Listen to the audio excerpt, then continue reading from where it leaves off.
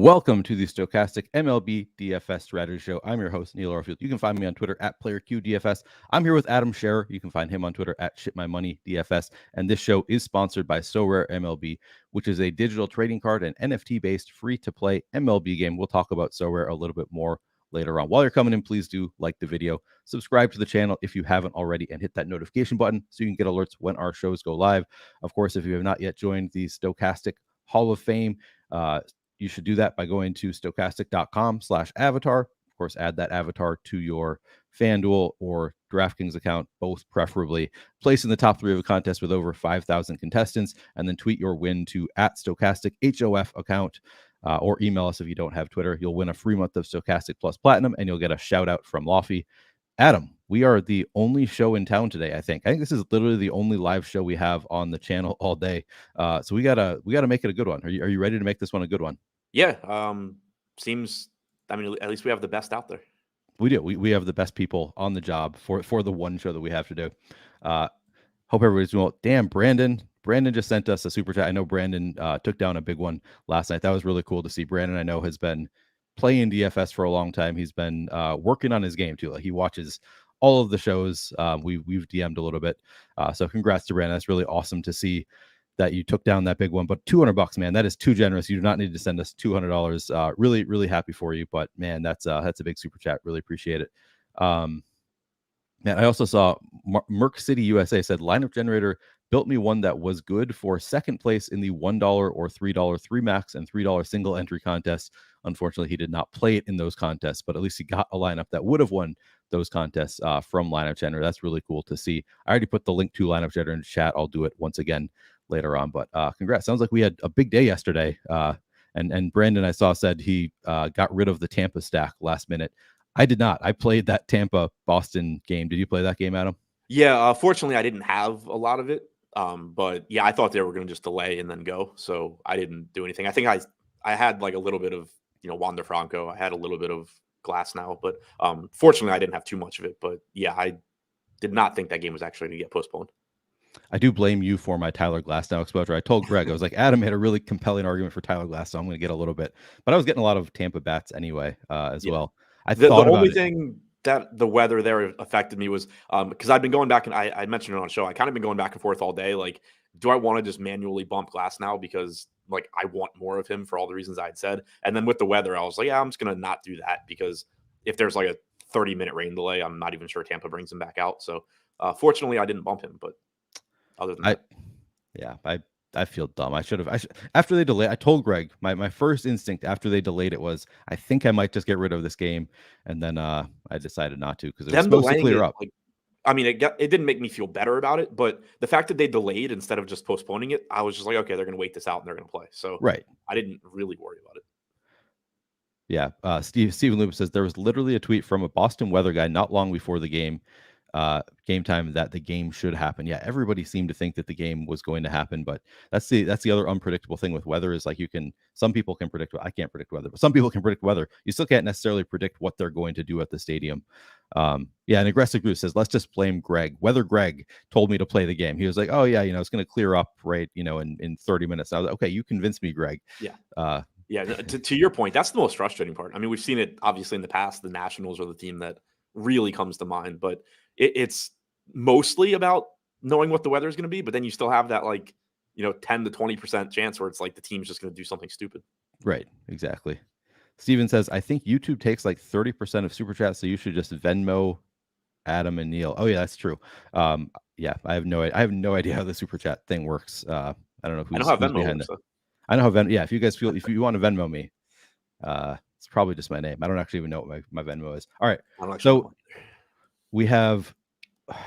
I don't know if we can get through both slates. We've got an early slate, which seems to be bigger than the main slate. I hate it when DraftKings does this.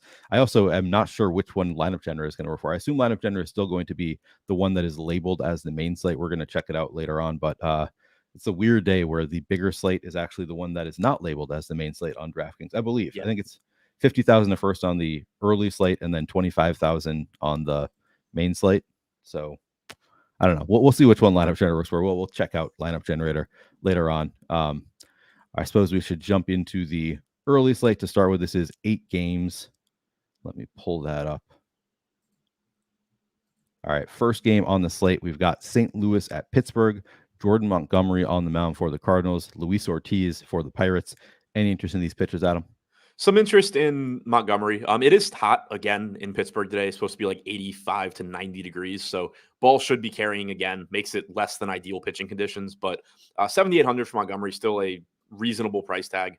Not a bad pitcher, not a great strikeout pitcher, but 21% ownership, 14% chance of being a top 2 pitcher. So far this year, striking out 20.5% of hitters, 4.06 xFIP.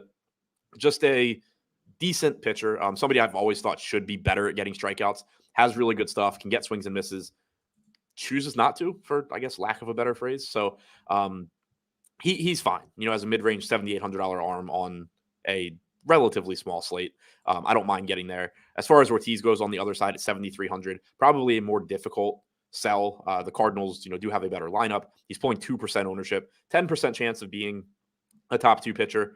So far this season, only striking out 14.5% of hitters, walking 11.5%, 5.21 xFIP, and basically the same price as Jordan Montgomery. So much more difficult to get to him. Chris Ennis says, I have just purchased the lineup generator, and as I can see, you can only get lineups from main, not early slates. So I think that answers the question.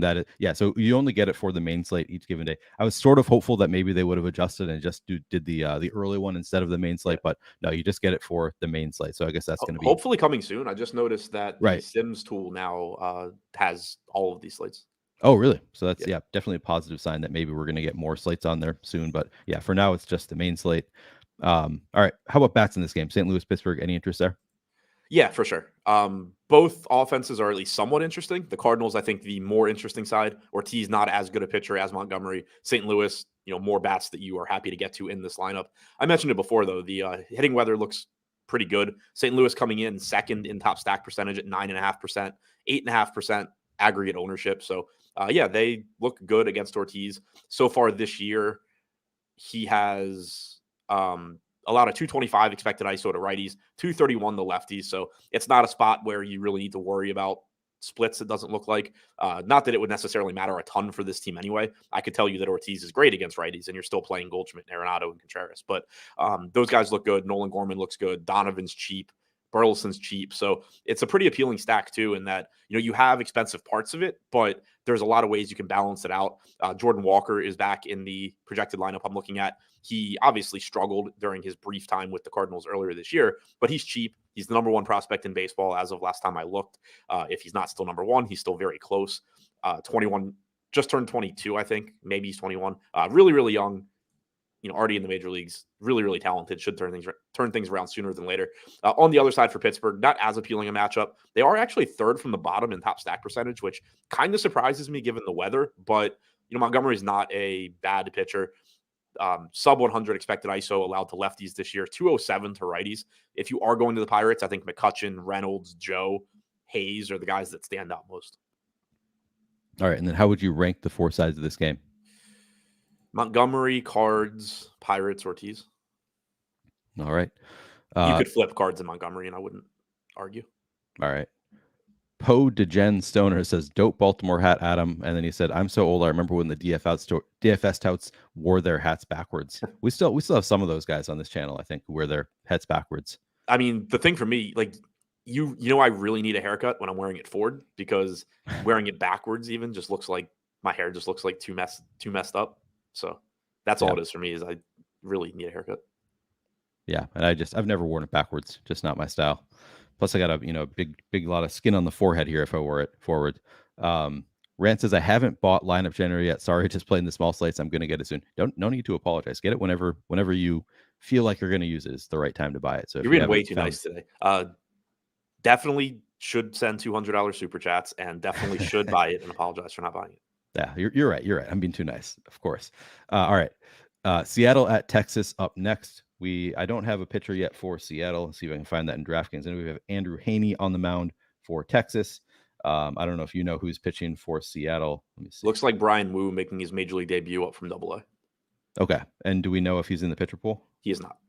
Okay. So the only real pitching option here is Andrew Haney. Any interest there? A little bit. Much more difficult sell on Heaney this year than last year. He still gives up a lot of power. as he always has, but the strikeout numbers are a lot lower this year. 24% strikeout percentage is good, but last year you had him striking out 35% of hitters, which is pretty important when you're giving up the amount of power that he does. 186 expected ISO to righties this year, nothing allowed to lefties. So, that is decent. Last year, 168 expected ISO to righties, 237 actual ISO, 23% strikeout percentage to righties, 30% to lefties. You should get a predominantly right-handed lineup from the Mariners. The only two lefties in their projected lineup are Crawford and Kelnick. So, not the best matchup for Heaney. $8,800 price tag is kind of concerning as well. We have him second in top two pitcher percentage, getting 30% ownership. So it's kind of a weird spot where he's getting ownership just because you don't have a ton of great pitching on this slate. But at the same time, I kind of have trouble justifying it when there are some other pitchers that I would rather get to in this price range. There's other pitchers that are cheaper that I'd rather get to. I'm not completely sold on Heaney here, given that he's still a good strikeout pitcher, but he's not the elite strikeout pitcher that he was last year with the Dodgers. And it's not like it's a cakewalk matchup against the Mariners either. Right. All right. How much interest do you have then in those Mariners bats or Texas bats? Texas bats, I'm definitely interested. You have Wu coming up from Double-A, making his major league debut. Obviously, there's going to be a lot of volatility there. Even if this guy ends up being a good major league pitcher, who knows what happens in his first start above Double-A. So, it's a really, really tough matchup against the Rangers as well. At Double-A this year, he was extremely good. 9 starts, 44 innings pitched, struck out 34% of hitters with a 2.82 FIP. So, that's obviously what you want to see from him, but it's also Double-A going straight to the majors and facing one of the best offenses in baseball. So certainly happy to get to the Rangers. They're only projected for 5% ownership because they're expensive. We have them with a 6.5% chance of being the top stack. I really like getting to Texas. On the Seattle side, I think they are just middle of the pack. They're coming in with about a 5.5% top stack percentage, 4% ownership share. They do have power upside against Heaney, which is nice. Julio Rodriguez is going to look really good. Ty France, Eugenio Suarez, Teoscar Hernandez, only 3,400. So I don't know that I'll end up full stacking the Mariners a ton, but I think that they're a good 2-man, 3-man stack where you just grab 2 or 3 of those right-handed power bats and hope that Heaney does what Heaney usually does. Okay. And then how would you rank the 4 sides of the game? Texas bats 1, Heaney 2, Mariners 3. Can't play Wu. All right. Perfect. All right. Third game on the slate, we have Philadelphia at Washington. Matthew Strahm on the mound for the Phillies. Mackenzie Gore for the Nationals. Any interest in these pitchers? Yeah, definitely interest in Gore. He's been a very good strikeout pitcher this year. He's highly regarded. He was one of the key pieces of the Juan Soto trade, and we've seen him take a step forward in strikeout numbers this year. 30% strikeout percentage. He is still walking 11% of hitters, which isn't great. 3.5 xFIP is very good to go along with that strikeout rate. It's clearly a tough matchup against the Phillies, but I like the strikeout upside. And like we were just saying with Heaney, there's not a lot of great pitching on this slate. So he's pulling 30% ownership. Heaney's pulling 30%. For me, I prefer the Gore side, but they are similar in that they have good strikeout stuff. Gore's is just better, and they do give up power. They are in scary matchups. So I think they're both risky. I think that they both have high ceilings. I slightly prefer Gore's ceiling. Okay. I just saw somebody in the chat just asked, didn't Strahm pitch last night? And I was going to check that out, make sure that we have this right. He's supposed to be the opener today, regardless. Okay. Well, I shouldn't say regardless. Maybe they change it, but I'm saying right. Even if he pitched last night, it shouldn't affect today. Okay. All right. How much interest do you have in the bats in this game? Some interest in the Phillies just because, 1, they're good, and 2, Gore does give up power. As I mentioned, 4.3 implied run total for Philadelphia. 270 expected ISO allowed the lefties this year, 115 to righties for Gore. That's pretty interesting given that, he is left-handed.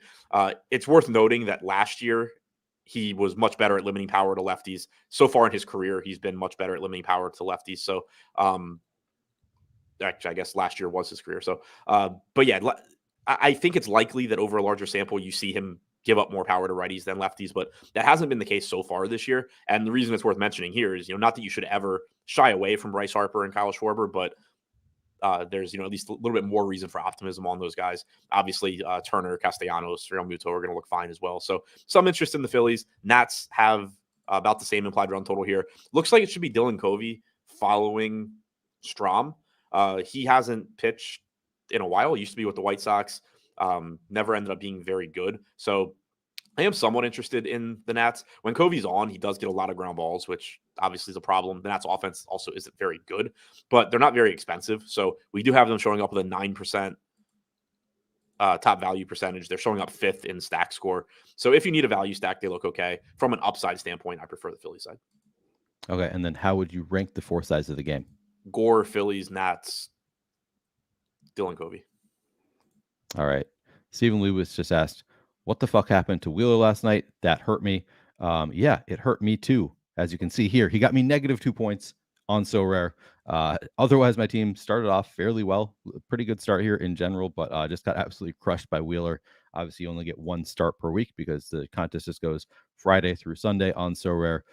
So RIP to my lineup. Otherwise, pretty good start. Maybe I could still get into the cash here, but do you have any explanation for what happened to Wheeler last night against the Nationals of all teams? Baseball.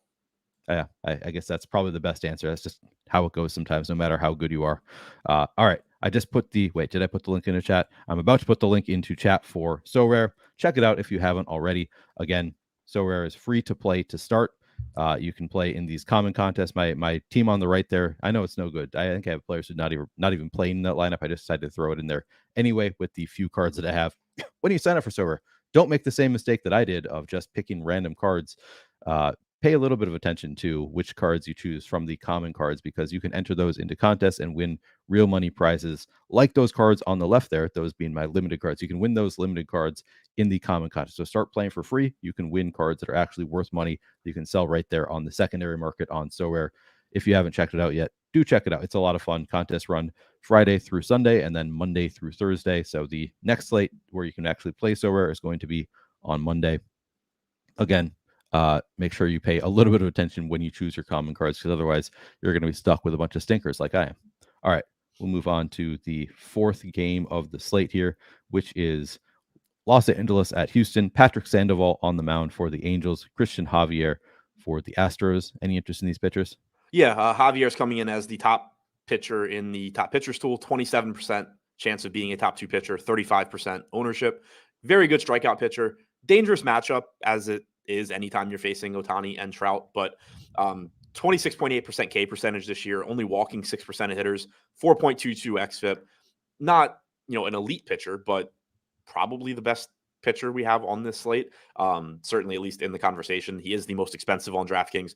34.4% K percentage to righties this year. He has allowed a 240 expected ISO to righties as well. So you have a lot of strikeout upside. You also do have a lot of home run risk.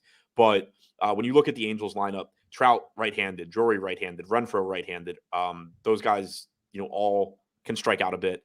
Javier strikeout numbers there are great. The big concern I have, though, is that not only is he allowing a 218 expected ISO to lefties, he's only striking them out 19.5% of the time. That's really scary when you talk about a lineup with Shohei Ohtani, Mickey Moniak, probably both in the top 3. Matt Tice is left-handed, Jared Walsh is left-handed. Granted, those guys aren't as good. So it's nice that you have more good right-handed hitters on the Angels than lefties for Javier, but it is concerning when, it's not like it's easy to just walk through Mike Trout, Drury, and Renfroe. And then I think the advantage is in Ohtani and Moniak's favor. Things can definitely get ugly for him here, but that's sort of just going to be the case for all pitching on this slate. We got spoiled yesterday with every good pitcher in the league pitching, and now we're back to, there's some decent pitching, but none of it's great. So I think Javier, in the context of the slate, does look good, but it's certainly not one of those spots where if he pitches poorly, you should be surprised. Okay. Mike Ray says, I stacked Phillies and left out Castellanos FML. Yeah, I had several Phillies lineups that did not have Castellanos either, or were one of the biggest things I've learned playing MLB DFS over the years is always including the guy with 47 DraftKings points in your stack. Yeah, it's a good approach. Just get the guy who scores the most points in general. Also, some of my best stacks last night had secondary stacks of Tampa or Boston. So also play the teams that are going to play the game too. All right, how much interest in the bats here, Los Angeles or Houston? So Houston, I'm definitely interested. 4.9 implied run total. Patrick Sandoval is not a terrible pitcher. I don't particularly want to get to him in DFS at 8K against the Astros, but not a terrible pitcher, but you just have so much upside in Houston's lineup. He has held righties this year to a 154 expected ISO, but he's only striking them out 16% of the time. I'm perfectly willing to take my chances on, Altuve, Pena, Bregman, putting the ball in play. Alvarez and Tucker both left-handed. He's actually only struck out lefties 11% of the time this year, not allowing any power whatsoever. But again, Yordan Alvarez and Kyle Tucker, they're not your average lefties. So I do like the upside that Houston offers here. The Angels are an interesting tournament stack to me, basically for the reasons that I was when talking about Javier, the risk factors I mentioned. Like the Angels are second from the bottom in stack score, and I don't disagree with that. I think that they are one of the lowest probability spots on the slate. They are facing one of the best pitchers on the slate, but it is still a high upside offense against a pitcher that gives up a lot of power. So in your larger field, lottery style tournaments, I think the Angels do actually make some sense. It's kind of similar to me to the Lance Lynn game against the Angels, like, I don't know, 3 or 4 days ago, where Lynn was one of the best pitchers on the slate, but that spoke more to the slate than liking the matchup for Lynn. It's kind of the same thing here for Javier. He's one of the best pitchers on the slate, but that's also because there's not many good pitchers on the slate, or at least not many good pitchers that are also in good matchups. So I do think that the Angels probably end up getting slept on a little bit here, just in the sense that it's not going to go well for them very often. But when it does, it certainly has the potential to just be like, oh, they hit 4 home runs today. Right. Interesting. All right. How would you rank the 4 sides of the game? Javier, Houston, Angels, Sandoval. Okay. All right. 5th game of the slate. We have Colorado at Kansas City. Austin Gomber on the mound for the Rockies. Daniel Lynch for the Royals. Any interest in these pitchers? Yeah. Daniel Lynch. Let's go. Of course you do. Of course you do. I mean, he's facing the Rockies. If we've learned one thing over the last couple of days, it's that the Rockies can make any pitcher look extremely good. Yeah. So, yeah, I mean, I joking aside, I do have interest in Daniel Lynch at 6,800. He's pulling 21% ownership, which speaks to the pitching on this slate. He's 5th in top 2 pitcher percentage, which, again, speaks to the pitching on this slate. But you're just getting this Rockies team that is awful. Chris Bryant's on the injured list. He's been terrible this year anyway, but that does take a used to be good right-handed bat out of the lineup. I'm happy to get the Lynch here. Just hope for the best at 6,800. At least you're taking on risk at 6,800 instead of 10.6. On the other side for Gomber, 5,700 facing the Royals. I still don't really have interest there. Kansas City has a 5.2 implied run total. It's supposed to be like 90 degrees in KC today too, so that should play well for the Bats. But yeah, I'm sure I'll regret it, but I have interest in Lynch. All right. We also have the Royals with one of the higher implied totals on the slate. How much interest, if any, do you have in the Bats in this game? You don't have to push me very hard to roster the Royals. I know. Yeah. Yeah. More than happy to get to them here. You still have a pretty solid lineup. Prado, Witt, Pasquantino, Perez, Melendez from the left side. But, if you're stacking KC, you're hoping that it's not going to be lefty-lefty for long. You just get Gomber out of there. The only normal piece that's missing is, I don't know. Masty's not in the lineup, but that's not a huge deal. You have Michael Garcia at 2,400 hitting 6th instead. So KC looks really good here. They are 2nd in stack score. 9% chance of being the top stack is 3rd on the slate. 13% chance of being the top value stack is also 3rd on the slate. They're 2nd in ownership behind Milwaukee. They just look really good here. All right. How would you rank the 4 sides of the game? I do, if in non-Lynch lineups, I do think the Rockies are decent too. They're projected to go a little bit under owned. 5% ownership, 6% chance of being the top stack, but you also get that little bit of an added bump because they are going up against a pitcher in about 1/5 of the field's lineups.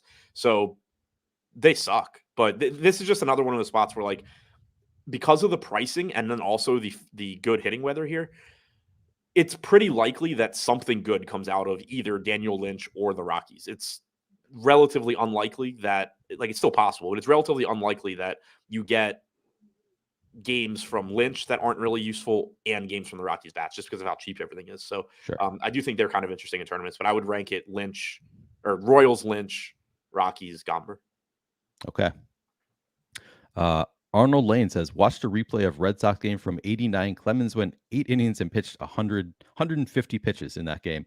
That is crazy. Also reminds me I went to my nephew's varsity baseball game last night. He was a starting pitcher. He is a junior and a very young junior. So he's like 2 years younger than a lot of the other guys on the team. But he was the winning pitcher. He started the game. That's obviously part of the reason I went, but it was a winner go home game for him. So it was a lot of fun to go and watch. It's actually the first game I've been to this year, but he's on varsity. He's a starting pitcher. He's also like 4 inches taller than me already. Like, it's insane having a nephew who's not even 17 yet, and he's like 4 inches taller than me. But apparently can throw like 84 miles per hour.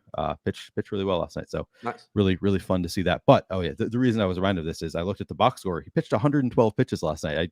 It used to be like just like a couple years ago, it was like they would take him out after like 40 or something crazy like that. So I was pretty shocked to see 112 pitches for my 16-year-old nephew. But he's got those young arms; he can handle it.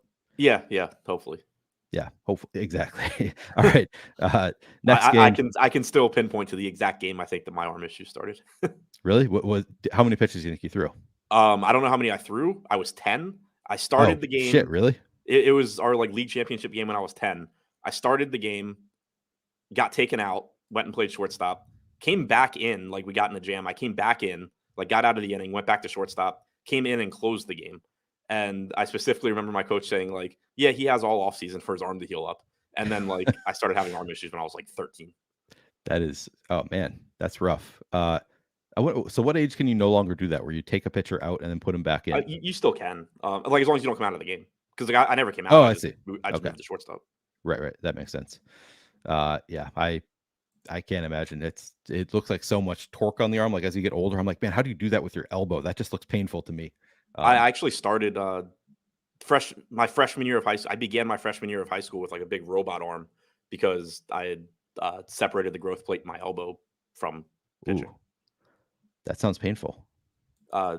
It was mostly just embarrassing walking around with that thing like your first weeks of high school. I suppose that's true too. All right. Toronto at New York. We've got Jose Barrios on the mound for the Blue Jays, Tyler McGill for the Mets. Any interest in these pitchers, Adam? Some. So you have pretty tough matchups, decent pitchers. McGill 7,100, tough matchup with the Jays. Barrios more expensive, 9,400, tough matchup with the Mets. If I'm going to one side, I think I get to the McGill side first just because of the price tag. Right now he's pulling 8% ownership. Barrios is pulling 10. So, pretty comparable in terms of ownership. 15% chance of being a top 2 pitcher for Barrios, 10.5 for McGill. So I don't love either side. The matchups for both clearly scare me, but I do lean towards McGill just because of how cheap he is. Not great strikeout stuff, does give up power. I have no confidence in him, but Barrios also gives up power, doesn't have great strikeout stuff, and is more expensive. All right. How about the bats in this game? Playing either of them? Yeah, I think it's an interesting spot for bats. Not a great park to hit in, and it's only like 65 degrees, but both pitchers do give up power. Barrios particularly to actually this year to both sides, but historically it's been more so to lefties. 206 expected ISO to lefties so far this year, 219 since the start of last year. And you do have good left-handed bats here: Nimmo, Lindor, McNeil, Beatty. So they look pretty good. The park leaves a lot to be desired. On the other side, McGill has about a 210 expected ISO to right-handed hitters while not striking them out. So that's not really a good mix when you're going up against Springer, Bichette, Guerrero, Chapman. So I do actually have interest in both sides here just because of the upside that they offer. They're both pretty low in terms of stack score, but 6% ownership coming into Toronto, 3% coming into the Mets. They just have so much talent here in decent matchups that I'm interested in both. All right. And then how would you rank the 4 sides of the game? They're like all the same. I guess Blue Jays,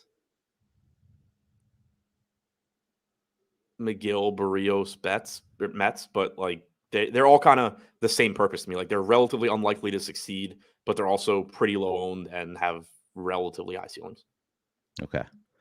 Sportswiz says, thankfully someone in the family is athletic. Neil, I want to correct the record here. I used to be extremely athletic. That's probably an exaggeration. I used to be athletic. I'm no longer athletic. I talk about how bad I am at softball. Softball, just my worst sport. Like baseball. I mean, baseball would be my worst sport. Just a sport that I never played. I played basketball, football, and then I was a cross country runner. But I was at least semi athletic. I said extremely. That was a great exaggeration, but somewhat athletic. And then Arnold Lane wanted to know, Adam, what did your fastball top out at? Low 80s, probably at my hardest. I threw breaking balls a lot. Okay. It definitely, if I hadn't figured out I could throw breaking balls and get people out, I would have ended up throwing harder, but I kind of just like screwed working on my fastball and just did that, which worked in high school. But then like, as you get into more competitive stuff, it didn't. So, right. So that's not bad. You're topping out. I mean, so how late were you? Did you pitch through high school? Yeah. Okay, nice. All right, I thought I had one more. I think Mike Gray is. I think he's making fun of me when he says 4 TTs in one game. Paul Akai, is that's from Married with Children? Is that right? Married with Children. That was the he talked about his old accomplishments all the time. I'm not. Al Bundy. Al Bundy, yeah, he had won 4 touchdown game. Maybe I don't know. I never actually watched Married with Children, but I think it was something like that. All right, This is probably the most accurate thing Brandon Cat's dad has ever said in chat. that you had no torque because you were not tall enough. Adam wasn't producing no torque at 16, and at 5'2", his fastball was 72. I mean, I mean, yeah, you got to think like if you were like 6'4" with your same mechanics, I bet you would have been throwing gas. I mean, I could have been if I had just improved them. Sure, I had a strong arm. I just didn't have good mechanics. Yeah, but it's still easier if you have like longer arms. You just have way more for torque sure. anyway. Yeah, for sure. Yeah, as Arnold says, 85 in high school isn't bad at all. Yeah, that's really good. I could never pitch that fast. Yeah, I definitely didn't throw 85. I was much closer to the 80 side of. Okay, yeah, you said low 80s. That's what I remembered you saying, but everybody's talking about 85, so they just rounded up for you. They like you, I guess. They're rounding up for you. No, that was definitely not 85. All right.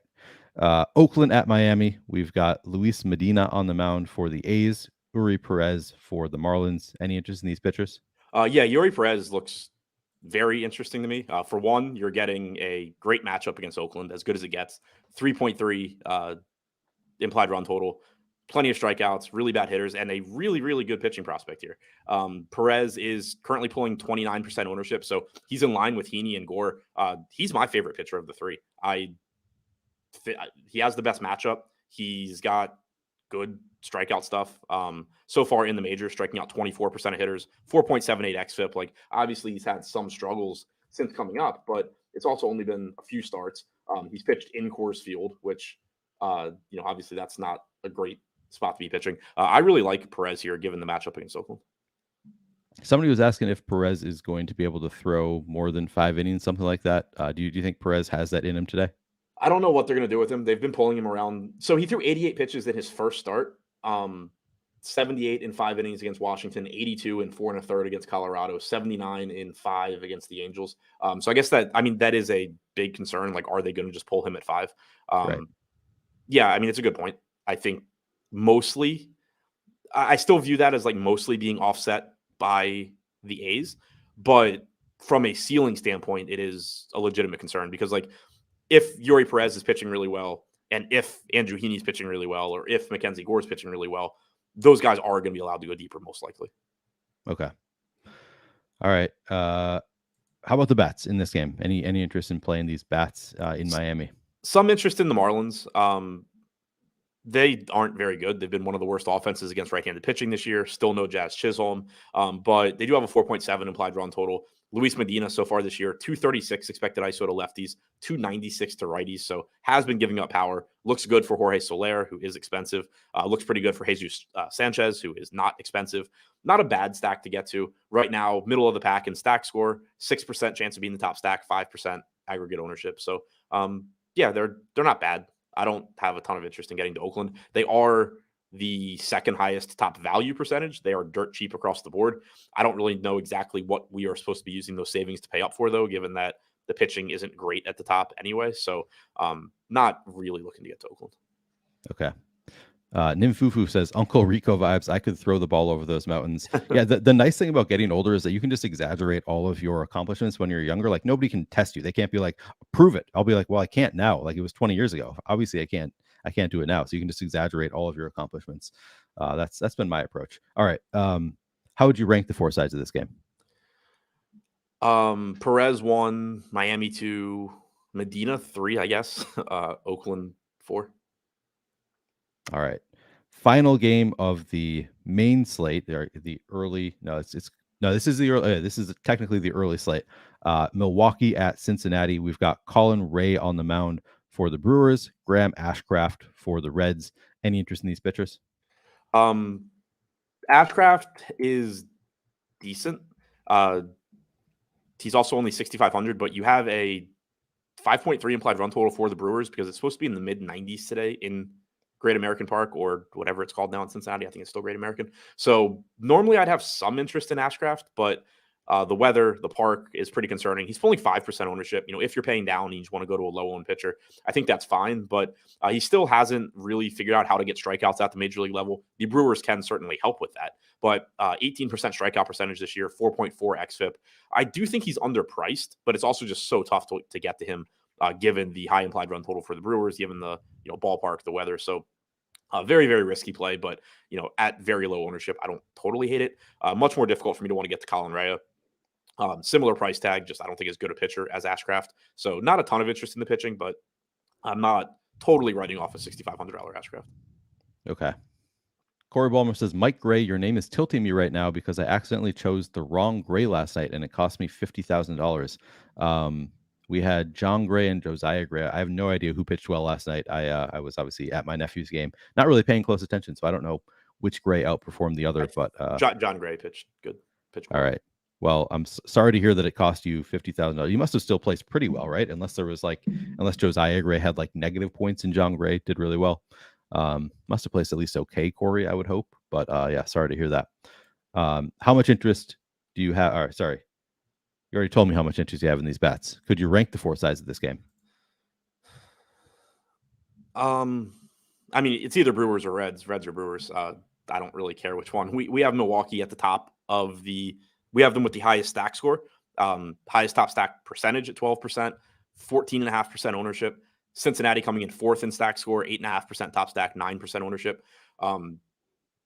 Either side is fine. Again, I do think that Ashcraft is a better pitcher than Rea, but you still have plenty of power in the Brewers lineup in a good spot. So far this year, Ashcraft 111 expected ISO to lefties, 166 to righties. Rea 158 to lefties, 176 to righties. Neither of them get a lot of strikeouts. So very, very, very comparable. I'll go Milwaukee just because we do have them higher in top stack, followed by Cincy, followed by Ashcraft, followed by Rea. Okay. Sounds good. So we made it through all of the games on the early slate already. We'll go quickly through the late slate as well. Just take a look at it, and we'll look at lineup generator to do that as well. Corey says he got 40th place in the 50. Yeah, I guess that's kind of where the big money gap is between first and 40th. Like the points might not be that much, but those places, that's kind of rough. All right, to finish off this main slate, this early slate, Adam, if you were going to go to just 3 stacks in a 3 max contest, which 3 stacks would they be? Probably Milwaukee, KC, Cincy.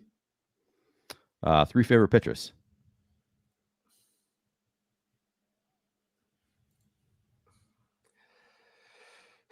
None of the above. Javier Perez Lynch, Javier Gore Lynch, Javier Gore Perez Lynch, some combination of those guys.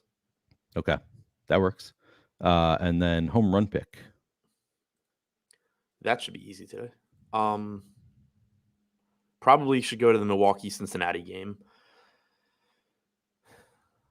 I'll take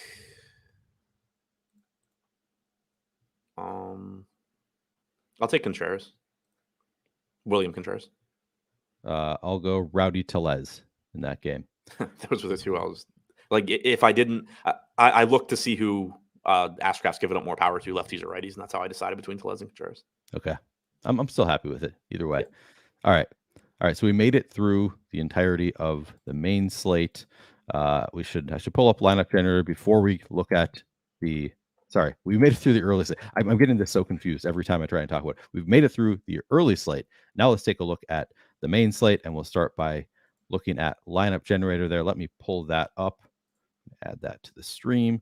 Let me throw a link into chat for anybody who has not yet signed up for lineup generator. You can still get it for 50% off for your first week. So it's going to be just $4.50 for your first week. We already had somebody in chat talking about how if they had played their lineup from lineup generator in the right contest, they would have won some single entry and 3 max contests yesterday.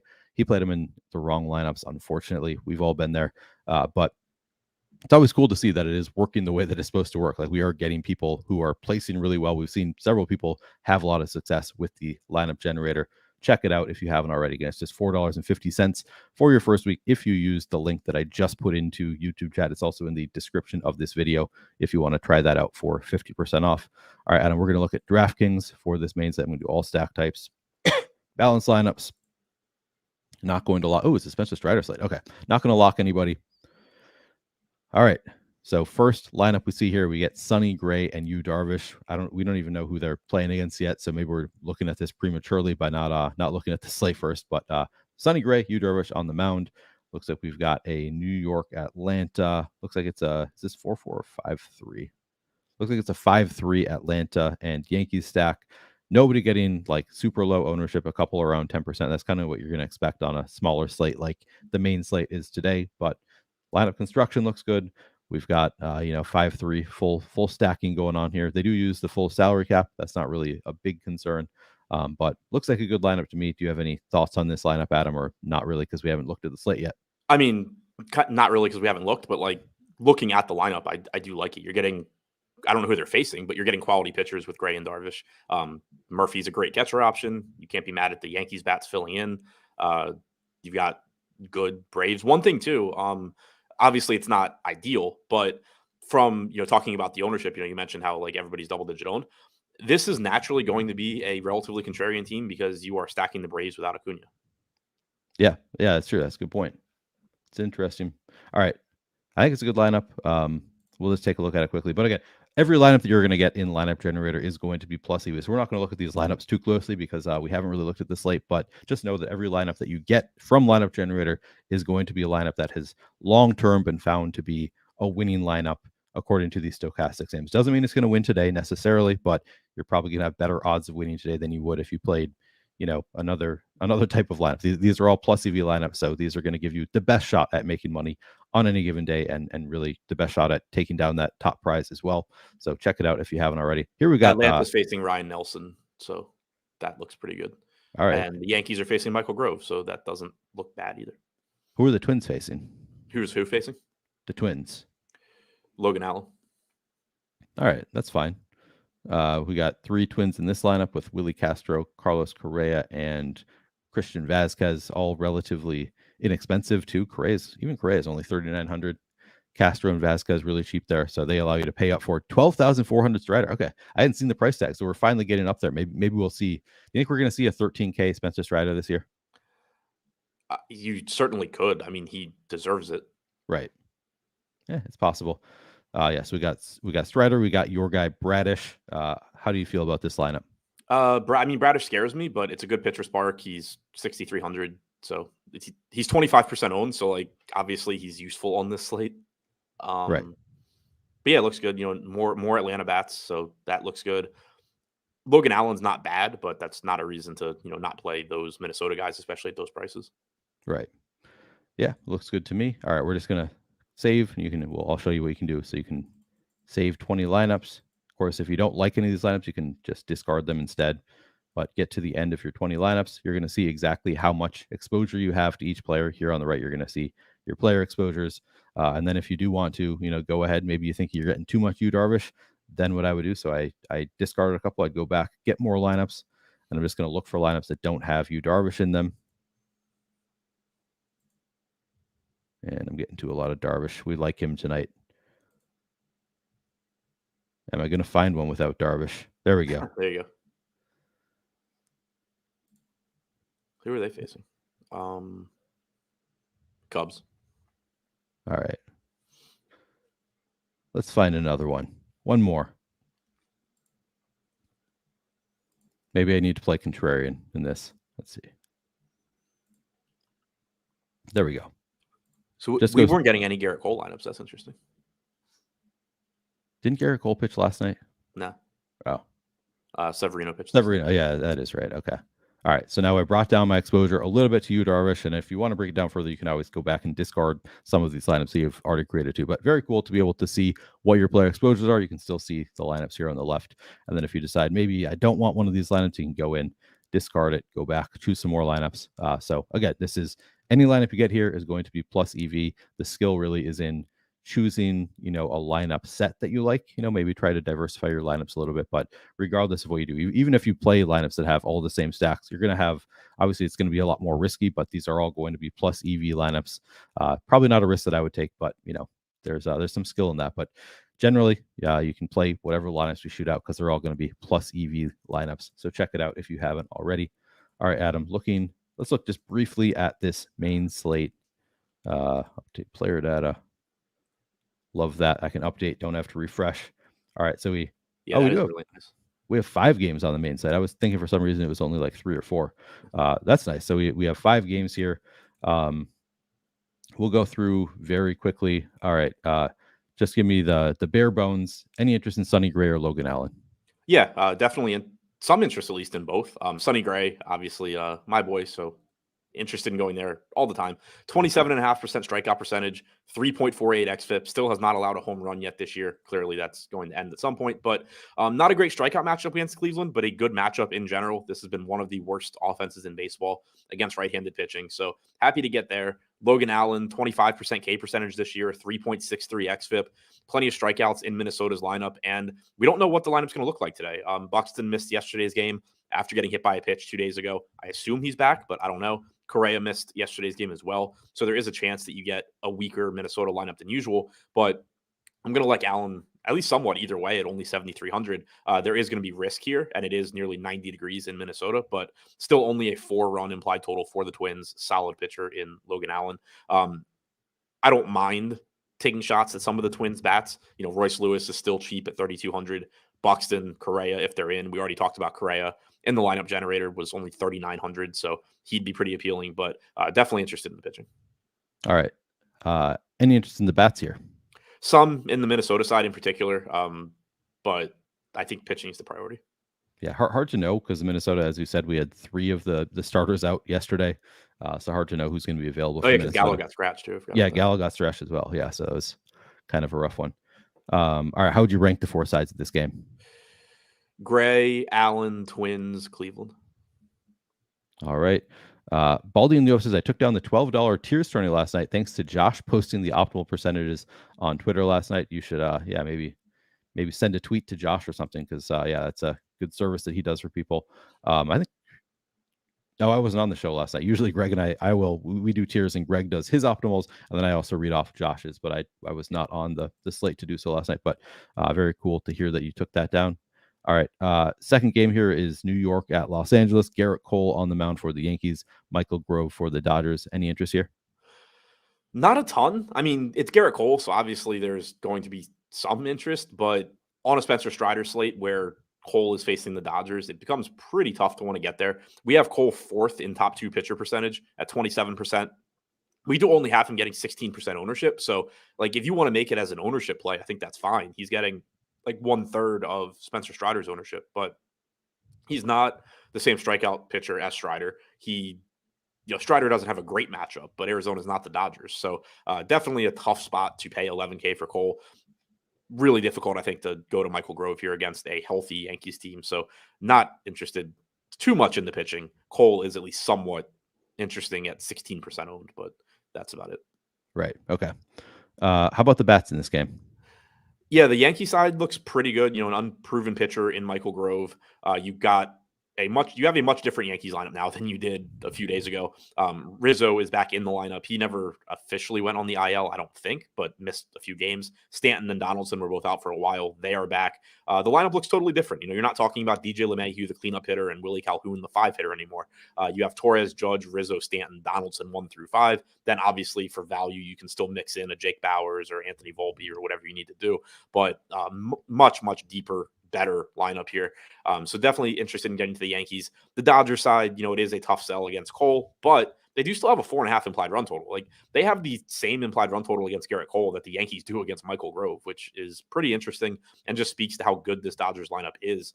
In the top stacks tool right now, we have them 8.5% to be the top stack, 8.5% ownership. So exactly correctly owned. Yankees 15 and 15. So ownership about where it should be on this game. I agree that the Yankees look better, but Dodgers look fine as well, just given how good they are. All right. And then how would you rank the 4 sides of the game? Yankees, Cole, Dodgers. Yankees, Cole, or Dodgers. Dodgers or Cole, and then Grove. Corey Ballmer asked, did Josh switch from FanDuel to DraftKings or something? I never used to see him up top so frequently on DraftKings.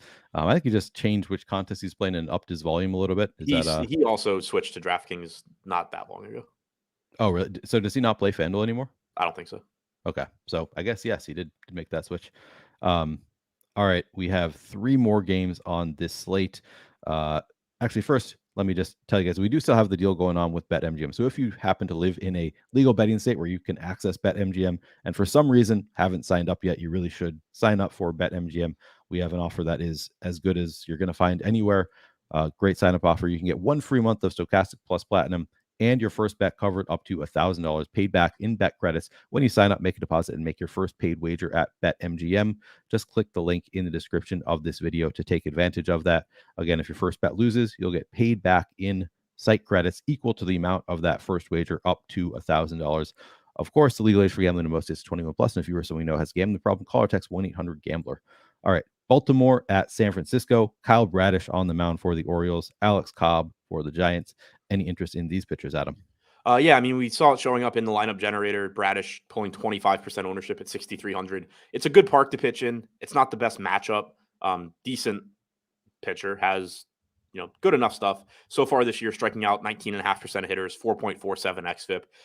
But at 6,300, you don't really mind that. So I don't mind getting him. I also don't mind getting the Cobb at 7,500. It's not the best matchup against the Orioles, but it is a good park. They will still be without Cedric Mullins. So that's nice. And Cobb is a really good pitcher in terms of run prevention. He's not listed on FanGraphs right now. So I don't have his numbers in front of me, but he is a good pitcher at preventing runs. So far this season, he has struck out 29% of righties, only 13% of lefties, but 160 expected ISO to righties, 150 to lefties. Solid pitcher, good park, reasonable price tag at 7,500. We have him not in the top pitchers tool right now, so there must have been some sort of data issue or something for us and FanGraphs not to have him. But assuming he's pitching, he's 7,500, and I think he's a good play. All right, what is his? I've got his FanGraphs. I just Googled FanGraphs Alex Cobb, so a different way of finding it. We've got his strikeout percentage so far this year at 21.3%. K rate. Anything else that I should look at while I'm here? I assume the xFIP's probably like 3.5 or something. Let's see if I know where to find xFIP. It's not under advanced. Where is this? xFIP is 3.38. Good pitcher. So it makes a lot more sense now. When I saw Bradish was 25%, I don't necessarily have a problem with that, but in my head, I was just like, all right, if he's 25%, what is Cobb at 7,500? So my assumption is when Cobb gets added, Kyle Bradish's ownership comes down. Alex Cobb becomes a very popular mid-range pitcher, and I think he should be. Even against this Orioles lineup that you think is like the best in the league. Yeah, even against them. Yeah, I mean, they got the Logan Webb last night, which hurt me on the night slate. But yeah, I mean, you don't have Mullins, which makes a difference. Yeah, somebody said DK has DeSclafani. As far as I know, it's Cobb. They definitely said on the game last night that it's Cobb. Fantasy Trencher has Cobb. I guess we'll probably know, get some clarity closer when lineups come out. Obviously, we're going to know who's pitching, but yeah, so this is solely an issue for talking about the slate at noon. This isn't an issue for actually playing it, but yeah, assuming it's Alex Cobb because that's who they said was pitching last night, and that's who I'm seeing listed most places. I like Alex Cobb a lot. If it's DeSclafani, I don't know his salary off the top of my head, but he would also be okay, but would rather it be Cobb. Okay. How much interest in the bats here? Not a ton because of the park. The Giant side looks a little bit better. You have really cheap pricing and a middle of the road pitcher in Bradish. The Orioles are also pretty cheap. Rutschman's expensive, but other than that, they're pretty cheap. But Cobb just doesn't give up much power. I think he's a very good pitcher. So not a ton of interest in the Orioles, not a ton in the Giants, but probably more in the Giants. All right. And then how would you rank the four sides of the game? Cobb 1, Bradish 2, Giants 3, O's 4. Okay. I was hoping you were going to say O's before Giants, just like getting it wrong right away. That would have been funny. All right. Chicago at San Diego. Drew Smyly on the mound for the Cubs. Yu Darvish for the Pods in a revenge game. How much interest in these pitchers, Adam? Oh, I forgot he even played for the Cubs. Yeah, I mean, Darvish looks good. He was showing up a ton in the lineup generator, as you said. 25% strikeout percentage, 3.94 xFIP, 3.5 implied run total for the Cubs. Pretty average lineup. There's some strikeouts. There are some good hitters. But at 8,600, Darvish looks like he should be one of the more popular pitchers on the slate. We have him actually as the most popular pitcher on the slate right now at 47%. Maybe that comes down a little bit when $7,500 Cobb gets added, but Darvish clearly looks like a priority. Smiley on the other side, less so, 7,100, relatively tough matchup against the Padres, at least in terms of name value. Not a great strikeout pitcher, not a bad pitcher, though. So he's pulling 11% ownership with a 16% chance of being a top 2 pitcher. He does stand out as far as like a tournament pivot. If you compare him to $7,300 Logan Allen and $6,300 Bradish. Now, keep in mind, these ownership numbers will change when Cobb gets added, but the way it looks right now, 11% coming in the Smiley, 27 to Allen, 25 to Bradish. Allen has a 23% chance of being a top 2 pitcher, so that's a pretty big gap between him and Smiley. But Smiley and Bradish are separated by less than 1 point in terms of top 2 percentage, and Bradish is getting double the ownership. Now, Bradish is $800 less, but that's probably not enough to account for that huge difference in ownership. So I don't like getting the Smiley, but I do think that from an ownership standpoint, Allen and Bradish in that price range right now are projected for more ownership relative to Smiley than they should be. Okay, makes sense. Any interest in the bats here? Not a ton. Padres look okay, 4.5 implied run total. Smiley, again, not a bad pitcher, but not somebody that I'm like scared to target against, but only a 120 expected ISO to both sides of the plate. You did get Machado back yesterday, which is nice. You have Gary Sanchez catching now, which who knows what he is at this point, but he at least does have power. We know that. So that's, a high upside catcher option added to the lineup as well. All right. And then how would you rank the 4 sides of the game? Darvish, Padres, Smiley, Cubs. All right. Final game of the slate. We've got Atlanta at Arizona. Spencer Strider on the mound for the Braves. Ryan Nelson for the D-backs. How much interest in Strider and or Nelson? None really in Nelson. A ton in Strider. We have him at 43% owned right now with a 43% chance of being a top 2 pitcher. He's just on a different level in terms of strikeout stuff. 41.6% K percentage. The next highest strikeout percentage on this slate is 27.5% for Sonny Gray. The next highest strikeout percentage for anybody starting on either slate today is Gore at 29.8. So just to illustrate the massive gap in strikeout numbers for Strider, sub 3 xFIP, also the best on the slate. Again, the Diamondbacks have some good hitters. They can be a tough matchup, but Strider's as good as it gets at pitching. So definitely interested in getting to him. Nelson, a much more difficult sell. He's at the very bottom of the top pitchers tool, 6.8% chance of being a top 2 pitcher. I don't envision getting to him. Okay. Aaron Rasmus says, Casty, you guys didn't put me on him yesterday. What do you have to say for yourself, Adam? You didn't put him on to Nick Castellanos yesterday. Oh. We definitely talked about the Phillies stacks and don't really talk that much about individual bats on the I don't when I'm doing the analysis, but we talked about the Phillies. They were actually, I think, second in top stacks yesterday. So yeah, Castellanos, I mean, you can't really predict who's going to go off on a given day. Like it's baseball. It's a pretty volatile sport. Stephen Leibowitz said, am I misremembering that pitchers do not like throwing to Sanchez? No, I mean, I don't know what pitchers do and don't like. I know Sanchez is not a good defensive catcher. Yeah, I would imagine they don't like pitching. Yeah, like I assume they don't like throwing to a guy who makes anything, is like reverse framing, pulling pitches out of the strike zone. Right. All right. How much interest do you have in the bats, Atlanta or Arizona? Definitely interested in the Atlanta side. They were showing up a lot in lineup generator. It's one of the better matchups on the slate going up against Nelson. He's done a good job limiting power to righties this year. 123 expected ISO, 229 the lefties. Makes Matt Olson stand out, but Acuna, Riley, Murphy, like those guys are just such good hitters. I don't really care what Ryan Nelson's done against righties overall. The Braves look like one of the best stacks on the slate. They are actually first in top stack percentage at 21%, first in stack score, 18% aggregate ownership. So they're popular, but not that popular compared to their chances of success. So Atlanta looks really good. All right. And then how would you rank the 4 sides of the game? Strider, Atlanta, Nelson, Diamondbacks. Mike Ostrich says the winner on FanDuel yesterday did a 2-1-1-1-1, whatever, however many ones stack to win it. That is, I hate those slates. Those are the worst slates when it's just a bunch of one-offs and some dude just. Yeah, I don't know what won on DraftKings, but I know at one point I was looking at a lineup that was like 3-2-1-1-1. I was like, okay, I'm never getting there. The good news is now those people have more money in their bank accounts. They're going to keep playing that way going forward. So, ultimately it's better for us if they win as opposed to people who are full stacking or, making good lineups. So, except for if those people are smart, they're cashing out most of the money. Do you think those people are smart, Adam? No. So smart. They might be smart and just not. If those people are financially literate, they're cashing out most of the money. Yeah, sure.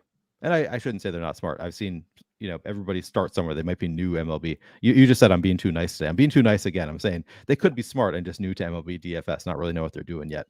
All right. We've made it to the end of the slate, Adam. If you're going to play just 3 stacks on this main slate, which 3 would you go to?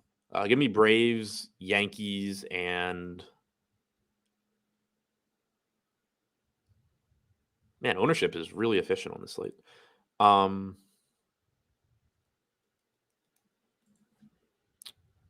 Braves, Yankees, and I guess Giants. Your favorite pitchers? Strider, Darvish, probably Cobb once that gets added. Sonny Gray is a reasonable third also, but I was trying to go a little bit cheaper just since I already took Strider and Darvish. All right. Home run pick. Olsen. All right. Who do I want to take for my home run pick? I will go with Aaron Judge, number 1 in our home run in the top bat stool, with a 36% chance of hitting a home run in this game with Michael Grove starting. I'll go with Aaron Judge there. We did get a question. Do we have any weather concerns? I don't see any major weather concerns here. There is still looks like some rain in Boston, but not a ton. So I don't think it's going to be a huge issue. Do you see it any differently, Adam? Nope. Same thing. We're probably looking at the same thing, but yeah. Aaron Rasmus says not smart ? They beat us all last night. Anytime that you win a slate that I didn't win, it means that you were a moron putting your lineup together. Exactly. I've always said if I do poorly on a slate and you won the slate, you're an idiot. You got lucky. You're just a luck box. All right. There have been a lot of idiots over the last few months. There have been a ton of idiots lately. Yeah, just crushing everything. All right. We made it to the end of the Boston not on either slate. Is that true? They've got a doubleheader today. I didn't realize that they're not on either slate. Okay. Yeah, I only noticed because I didn't have to get back into Tyler Glass now. Oh, that's true. Good point. That's funny that they have a doubleheader in there. I guess the timing is weird with doubleheaders, but all right, so we don't have to worry about that one. Doesn't look like we should have any major weather issues. All right, Adam, this is the only live show that we have on the day today. We were back tomorrow. I think we've got a few that I saw on tomorrow on the channel. We're gonna have a few live shows, and then of course back to all the regular stuff on Monday. But yeah, today this is the only show. Adam, do you have any final thoughts for people? Don't forget MMA at 6 also. Yeah, good call from the reigning MMA DFS champion of the world. Remember to play MMA. All right, thank you guys so much for watching. If you haven't yet, hit that like button. Please do. Helps us out quite a bit. Again, we'll be back. I'll be back on Monday. I assume Adam's back on Monday. We're gonna have shows on the channel tomorrow as well. But we will catch you guys later. Good luck today.